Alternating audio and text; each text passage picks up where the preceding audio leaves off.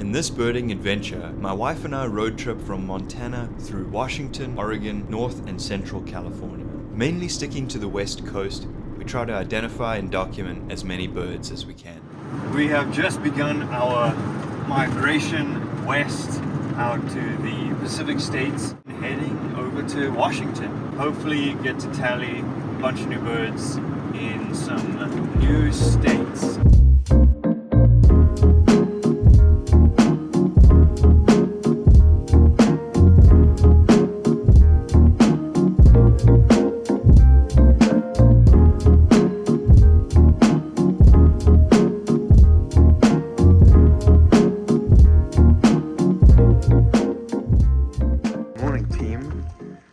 Woken up in central Washington and woohoo!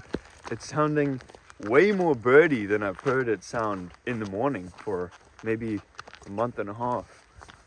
We're awoken by the sounds of a ton of wonderful European starlings and some red-winged blackbirds and California quail. It's been so long since we've heard them, so hopefully we'll get a quick look at them here today. We're along the banks of the splendid Yakima River, getting some exceptional views of the valley below. We've climbed a little ways up the slope of the hill here, hearing some robins, and we got our lifer canyon wren just doing some burry call notes in this kind of igneous rock field around here. An exceptional little bird, but did not want to show itself, so we're going to keep an eye out for the little walk back down, but we gotta get back on the road and make some headway through Seattle today, so that should be an exciting adventure.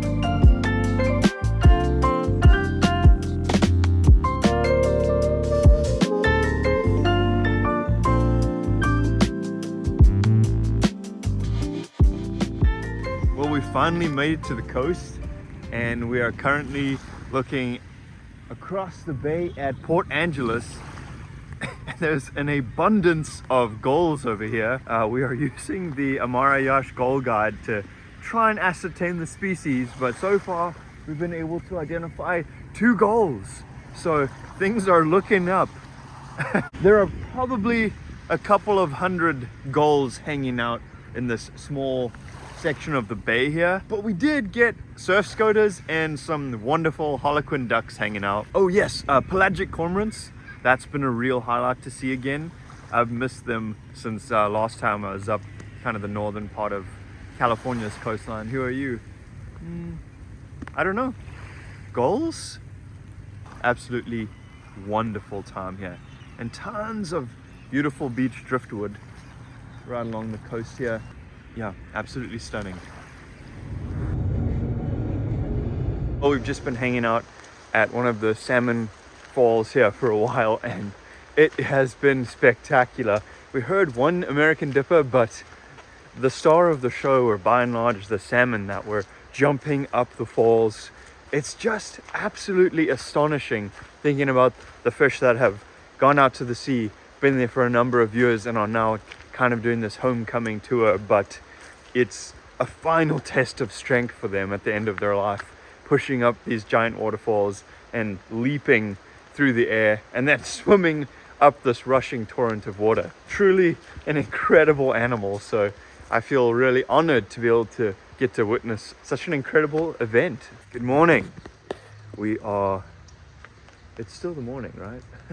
Yeah, it's still the morning. Woken up in beautiful Olympic National Park and we are near the Salt Duck Hot Springs. You can probably hear them, but there's a ton of red crossbill making their way around the area. We're gonna go for a nice quick bird walk and then hopefully get into the hot springs. Hopefully get some American dippers and what else? Maybe some woodpecker action. I did see a kind of a spooky deer last night.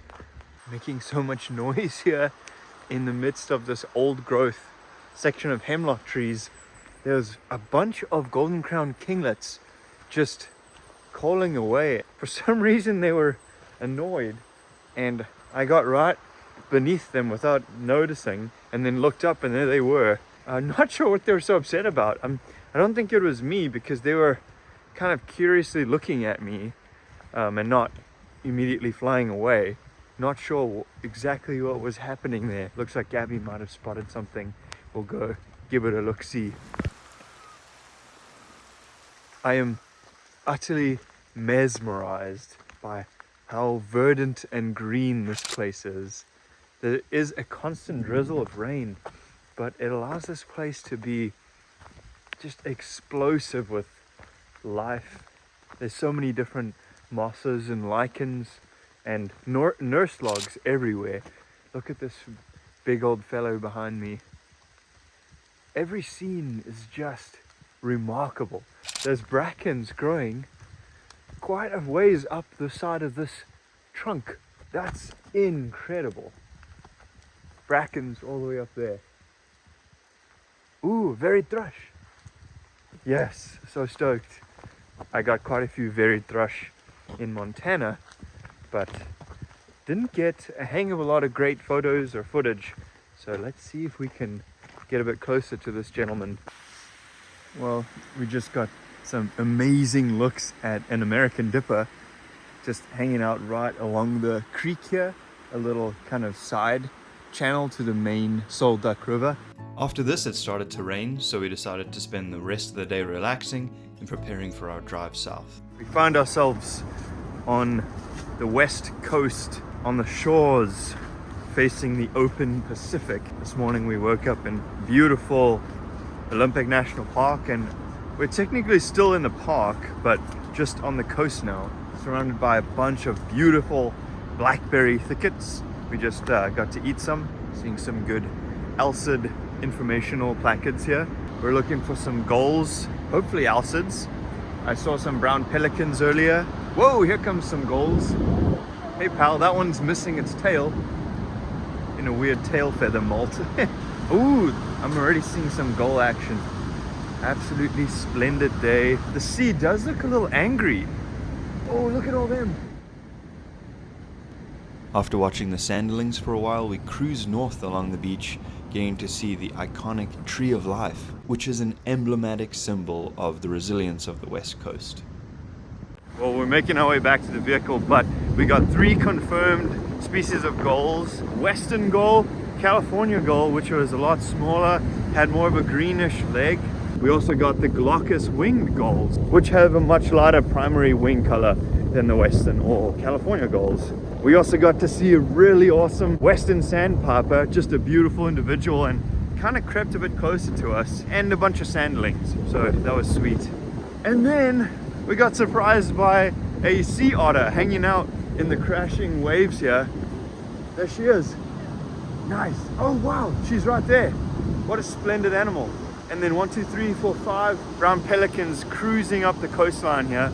So absolutely beautiful day to get to go birding in coastal Washington. So we just pulled over to this mercantile at Pelagic and encountered 3 splendid birds, greater white-fronted geese. But the rain has just started coming down, which is making me not want to get outside and get some footage. We're gonna do it. We'll go outside and get some footage of these geese, and then hopefully get something to eat. After filming the geese for a while here, we ended up continuing on our mission southward, crossing over the border between Washington and Oregon, over the bridge, and ended up at our campground in Astoria, Oregon. Well, today we find ourselves in the northern Oregon coastline. We woke up in Astoria and drove a little ways south, and we are now in Cannon Beach, which is kind of a sleepy town, but there's some construction going on nearby. And we're gonna go give it a walk along the beach, hopefully see if we can spot some good birds. It looks pretty elky over here. There's a lot of elk tracks and scat, so I would speculate they cruise into town by night. And I'm not entirely sure what happened here, but I just got completely distracted by these gulls cleaning themselves in this little creek flowing into the ocean, and ended up having a GQ photo shoot with them.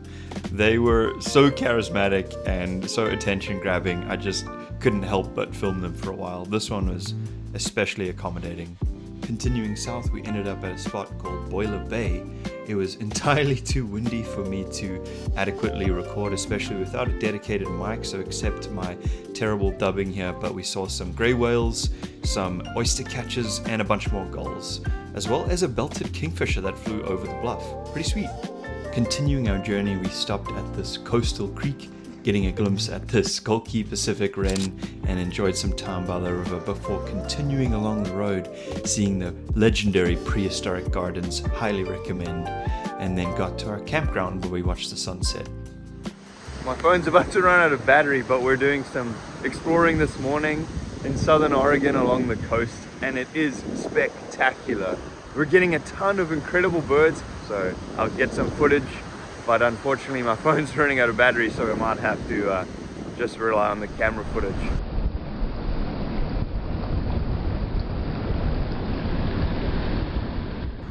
Well, we made it to one of my favorite places in these United States, the Redwood forest of Northern California. It is a spectacular and, dare I say, magical place. Every view you get here is simply fantastic. I'm just in awe. Ooh, I'm hearing a... What is that? Where are you, birdie? Sounds like a pipit, but that doesn't seem right. Would there be a pipit here? Yeah. There may be a pipit here. Hearing a Steller's jay, and we just saw a splendid raven flying above the river.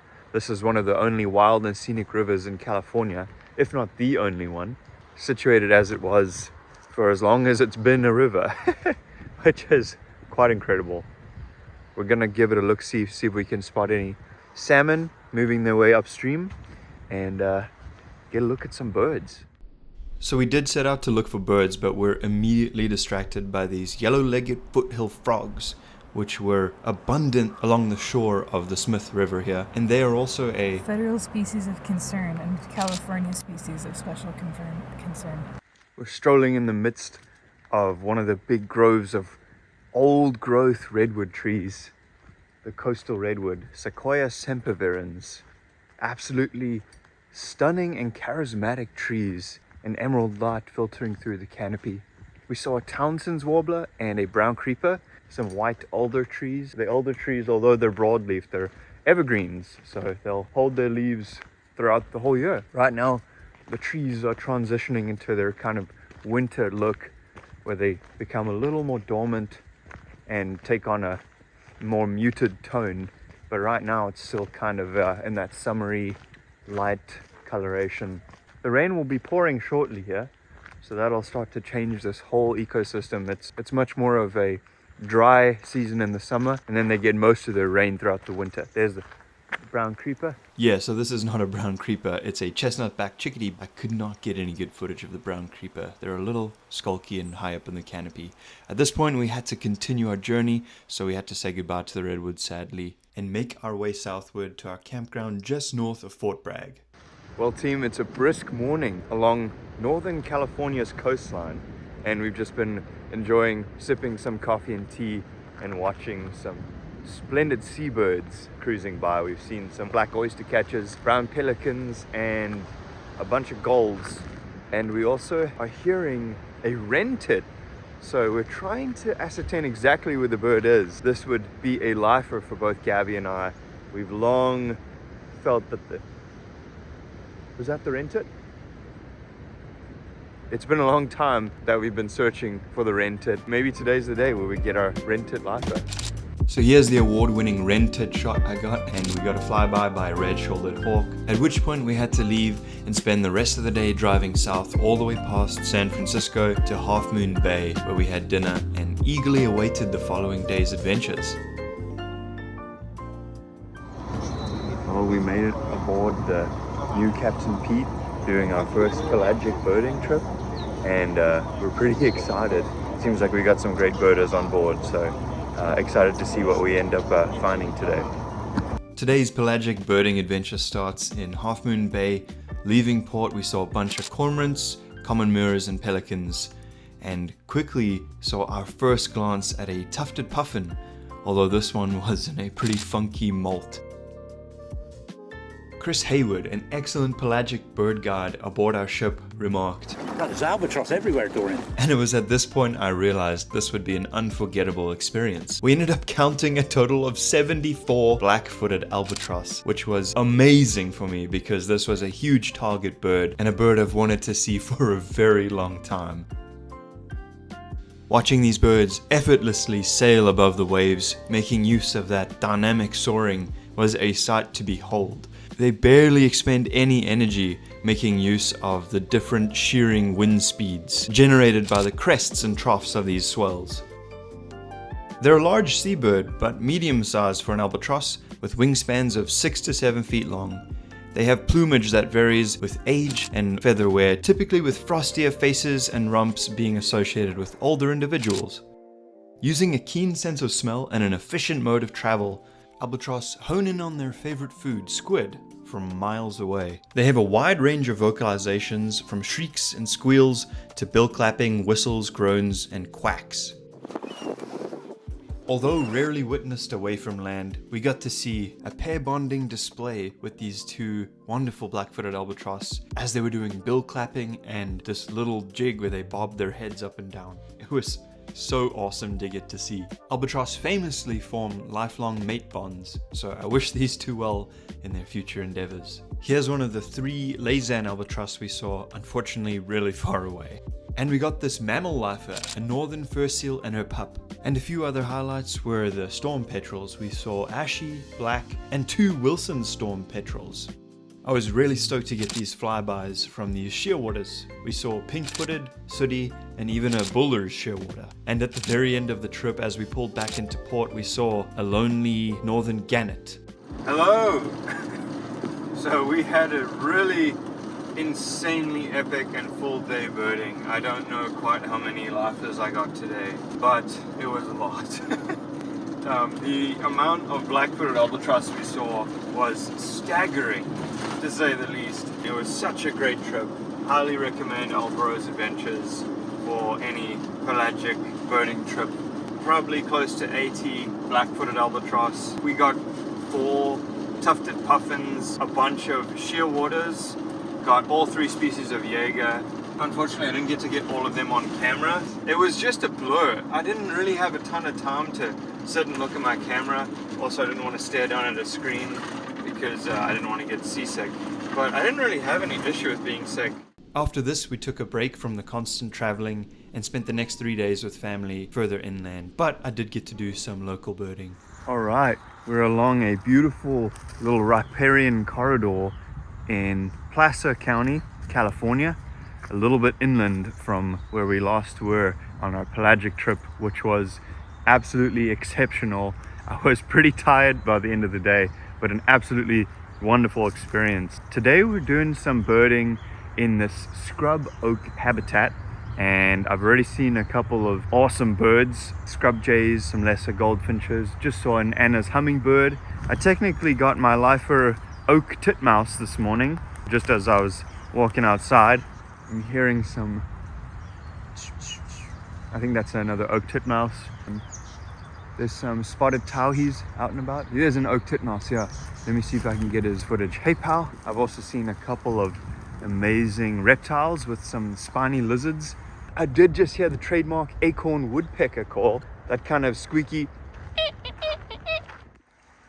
And I've just encountered a strange bird that looks a lot like a vireo. It looks like a red-eye vireo to me, but they don't really occur here. And it's saying the only vireo that would be uncommon would be a Hutton's vireo, which it doesn't look like a Hutton's vireo either. So kind of struggling to place what this bird could be. It was just by itself and landed on this white oak over here. And I've just seen a giant jackrabbit. I was kind of caught off guard by how big those animals are. It almost looked to me like a small deer. Well, I've gone against my better judgment and climbed up this oak tree. So I'm now situated in the boughs in an effort to get a better shot of this entirely common bird, the housefinch. But you know, birding just blends seamlessly with other activities like climbing oak trees. So the birds are hanging out in the upper canopy, and I'm maybe halfway up the tree. So they don't seem to be too stressed out by my presence here. They seem to just be calling and feeding as they were when I was at the ground. I was cautious not to stress the birds out, so I made a few hesitant steps up the first bough, and the birds don't seem to really mind. So yeah, we'll see if it pays off. So I can't believe it, but this actually paid off. Upon reviewing the footage, this is a Lawrence's goldfinch, which I don't have on my life list. This is a bird that I now get to check off retroactively. After this, we continued south to Pinnacles National Park. Okay, we're in Central California, just outside Pinnacles National Park, and we got to see some exceptional yellow-billed magpies, which are such a cool and endemic treat in this region. There's one in that field now, actually. While looking for some yellow-billed magpies to take photos of, I just got a stunning lark sparrow, which was kind of accommodating, and I got some decent shots of it. Okay, well now we are heading into Pinnacles National Park. It's during a government shutdown, so let's see if it's open. The target bird there is obviously going to be the California condor. So we made it to Pinnacles, and although the government's shut down at the moment, the park is largely open. At least the trail system seems to be open. It is teeming with acorn woodpeckers, California scrub jays. I saw a rock wren, so hopefully we get to see our condor. At a great distance, we just saw a California condor, which was absolutely amazing, dwarfing the nearby soaring ravens and turkey vultures. Now we are gonna go hiking up toward the viewing area on the Condor Gulch Trail. Hope we get to see some birds coming in as the day comes to a close. Often the birds will come to roost up on the pinnacles there. A lot of acorn woodpeckers. It's just so cool to see how many kind of communal cash trees they have here. They really are such a social bird. So we are here at the top of Condor Gulch Trail. There were 3 condors. There's now 2 on that rock. Really distant for the phone camera, but I got some amazing shots. And at golden hour, so it's just been an absolutely breathtaking hike. And so cool to see these majestic birds in a natural habitat. Looks like a couple of individuals with numbers on them. I think all of them are numbered, so we'll have to see if we can do some research on those individuals. During this amazing adventure, looking for the condors, we met a fellow like-minded naturalist by the name of Elias. Elias produces great conservation-related content, so be sure to check out his channels on Instagram. During our hike on the Condor Gulch Trail, we encountered this male desert tarantula. During this time of year, they are out and about looking for mates. After this, we continued on our road trip to our campground in Morro Bay. Well, this morning we found ourselves in Morro Bay, and I'm standing right in front of the giant rock. And as you could probably tell on the video, there are hundreds of brown pelicans. A lot of them are young birds, and it's just incredible to see this quantity of birds. It's been really fun to get to film so many birds here. I've got some awesome shots kind of lined up with the moon in the background. They're such a charismatic seabird, and I often find myself just enjoying watching the pelicans, especially when I'm out surfing or just hanging out near the coastline. Well, we're getting some exceptional looks at the sea otters, hanging out really close.